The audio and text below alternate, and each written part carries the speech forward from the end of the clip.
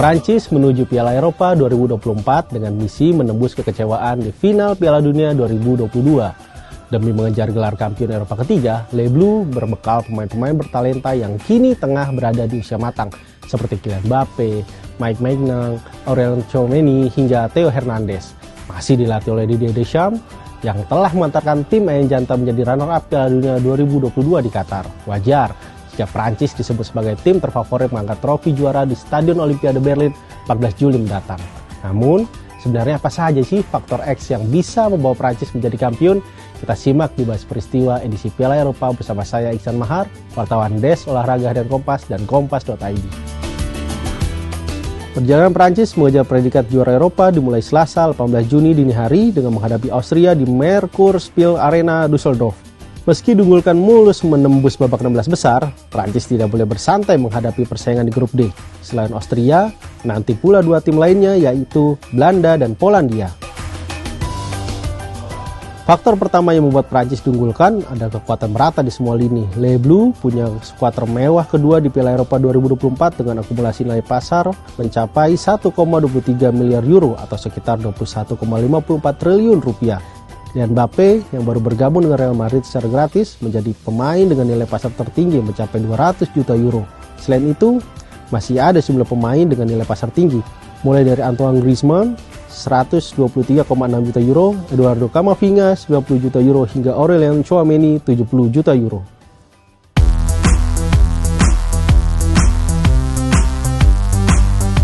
Faktor kedua dan cukup penting tak lain dan tak bukan adalah faktor Kylian Mbappe. Setelah dipercaya menyandang kapten yang sebelumnya dipakai oleh Hugo Lloris yang sudah pensiun, motivasi Mbappe menjadi kapten ketika Prancis mengangkat trofi juara Piala Eropa tentu sangat tinggi.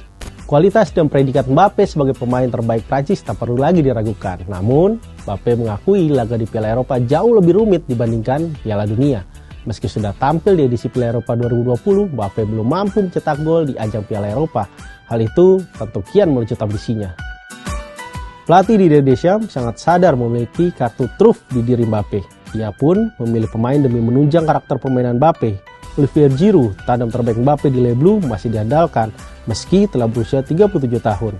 Karakter klinis Giroud dibantu kemampuan Antoine Griezmann mengkreasi peluang menjadi senjata utama Prancis. Torehan 29 gol pada 8 laga kualifikasi menjadi bukti Prancis memiliki lini depan tajam.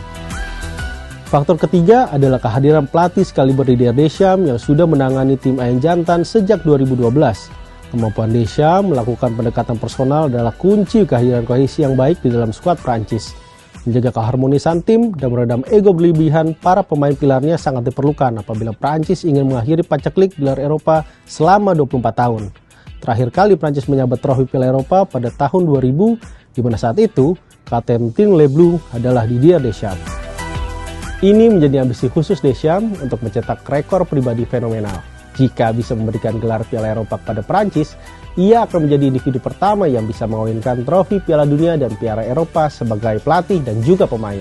Hanya menyisakan gelar Piala Eropa sebagai juru taktik Prancis yang belum bisa diraihnya. Apalagi Piala Eropa 2024 adalah turnamen kontinental terakhirnya sebelum kontrak berakhir pada Juni 2026. Namun, meski memiliki 3 faktor S tersebut, jalan Prancis akan sedikit terjal sejak babak penyisihan. Belanda dan Austria bakal berusaha menjadi batu sandungan untuk Prancis gagal memenuhi target lolos ke babak 16 besar dengan raihan poin sempurna.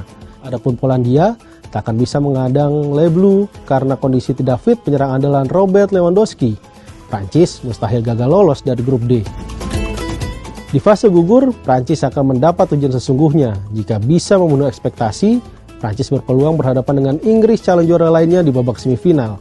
Inggris kini memiliki generasi pemain terbaik dalam satu dekade terakhir. Tentu, The Three Lions tidak ingin gagal lagi meraih titel juara seperti di Stadion Wembley 3 tahun silam. Prancis akan menjadi salah satu tim unggulan yang berpeluang setidaknya bisa melaju hingga babak semifinal. Momok terbesar skuad Les Bleus justru berasal dari diri mereka sendiri. Jika gagal tampil padu dan meredam ekspektasi besar, Prancis berpeluang pulang lebih cepat seperti terjadi di edisi 2020 lalu. Apakah Ayam Jantan akan berkokong nyaring di Berlin? Patut dinanti sepak terjang Mbappe dan kawan-kawan. Sampai jumpa.